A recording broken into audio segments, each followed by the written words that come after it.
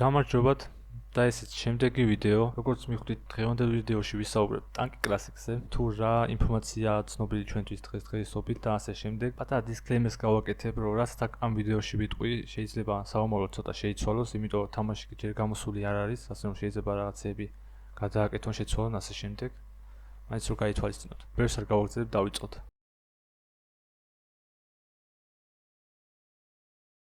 ტანკი კლასიკი დაანონსდა მარტის თვეში დაახლოებით და იმ თვიდან მოყოლებული დეველოპერები სხვა ვლოგებში ამბობდნენ პატარა ინფორმაციებს ამ თამაშის შესახებ და მე ეს ინფორმაცია შევკრიბე, დავაკონსერვე და აჰა თქვენს წინაშე. მოკლედ ჯერ დავიწყებ ზოგადებით. ტანკი კლასიკი იქნება HTML ძრავზე, მაქსიმალური რანკი იქნება ლეგენდა, როგორც ეს იყო ტანკი ონლაინში 20 და მოგვიანებით დაემატა ეგ რანკი. ასევე 4-ჯერ უფრო ნაკლები იქნება პროგრესი ტანკი ონლაინთან შედარებით ტანკი კლასიკში. ფასებიც ისეთი იქნება, როგორც იყო 13 წლის წინ. ასევე აღარ იქნება ტანკი კლასიკში მიკრო აპგრეიდები. ანუ ტანკს მოკლედ შეგიდავ გააძლიერებ, M4-ზე ვეღარ გადაიყვანე M3 როცა არის. M3-ს გააძლიერებ M3-ად და დარჩება M3 მორჩა. 25% გაიზრდება ფონდები. ასევე თამაში ისევ იქნება უფასო, გადმოწერა შეგვიძლია Steam-დან. დღეს შეგიძლიათ საერთოდ wishlist-ში დაიმატოთ.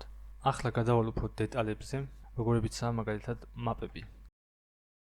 მაპები როგორც ტანკი ონლაინში, აქაც იქნება ზაფხულის და ზამთრის მაპები, როგორც ყოველთვის იყო. ასევე ზოგიერთ მაპი იქნება ეგრეთ წოდებული ლეგასი ბჭყალებში. ოღონდ ეგ არ ვიცი რას ნიშნავს, მაგას უკვე მოგვიანებით გავიგებთ ალბათ. ასევე მაპებში როგორც გახსოვთ იყო ძალიან ბევრი ტექსტურა, ბაგი, რომელსაც წამოიდებოდა ტანკი ხოლმე და მაგის გამოსწორებას ეცდებიან, ყოველ შემთხვევაში ცდილობენ. ასევე ზოგიერთ მაპს ექნება რამდენიმე ვარიაცია, როგორცაც ხედავთ ახლა ეკრანზე, მაგალითად Silence 1, Silence 2, Silence 3, მცირე განსხვავებებით და ასე შემდეგ. დროპ ზონები. ასევე გაუქმდება დროპ ზონები, როგორც ტანკი ონლაინში ადრე იყო. უბრალოდ ადრე არ იყო დროპ ზონები, არ ჩანდა თუ სადაეცემოდა არა თუ გოლდი, ეგრე ასე იქნება ტანკი კლასიკშიც. ასევე იქნება მაპები, რომლებიც ჯერ ტანკი ონლაინშიც კი არ ყოფილა, საერთოდ არ დამატებულა. მაგალითად, როგორცაც ახლა ხედავთ ეკრანებზე. გადავიდეთ გრაფიკაზე. გრაფიკა ტანკი ონლაინთან შედარებით გაუმჯობესებული იქნება. ტექსტურები რომლებიც კარგად არ ჩანდა, აღარ შეცდებიან რომ გააკეთონ. ასევე ტანკებზე როცა იყო რაღაც ადგილები, სადაც ბლორი იყო უბრალოდ, ესენიც გამოსწორდება. ყოველ შემთხვევაში ასე გვეუბნებიან. ასევე გადადიან FBX ფორმატზე, რაც ზუსტად არ ვიცი რას ნიშნავს, მაგრამ ამბობენ რომ ყოველ შემთხვევაში გრაფიკა უკეთესი გახდება ამით. იმედია უკეთესი გრაფიკა იქნება. რაც შეეხება იარაღებს. როგორც გახსოვთ, ტანკი ონლაინში იყო ეგეთი სისტემა, რომ იარაღები გეძლეოდა სიძლიერის მიხედვით, ანუ თავიდან იყო შედარებით სუსტ იარაღებს გაძლევდა და ნელ-ნელა უფრო ძლიერ და ძლიერს.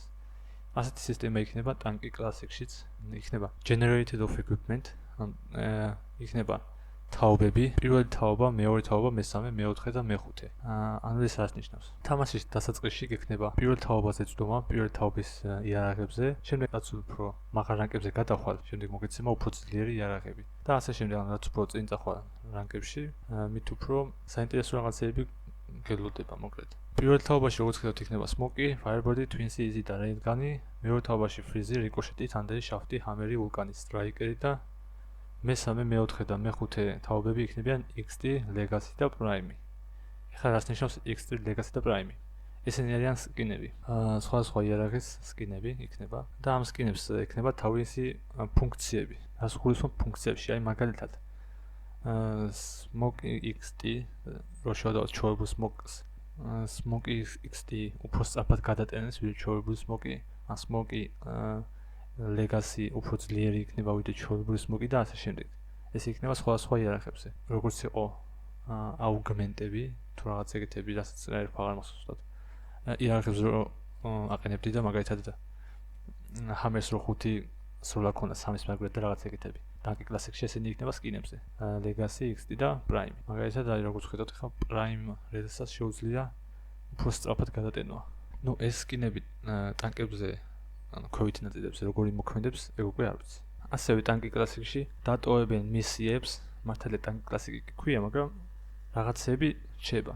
ტანკ კლასიკში იქნება დღიური და ყოველდღიური და ყოველკვირეული მისიების დასრულებისას იღებ ვარსკვლავებს, ვერცხლისფერს ან ოქროსფერს და როგორც სხვა ონლაინ თამაშებში ხოლმე Game Pass-ი როა და ორნაირი რო პრემიუმი და ჩვეულებრივი, ეგეთი ვარიანტი იქნება. მისიების დასრულებისას მიიღებთ ამ ვარსკვლავებს.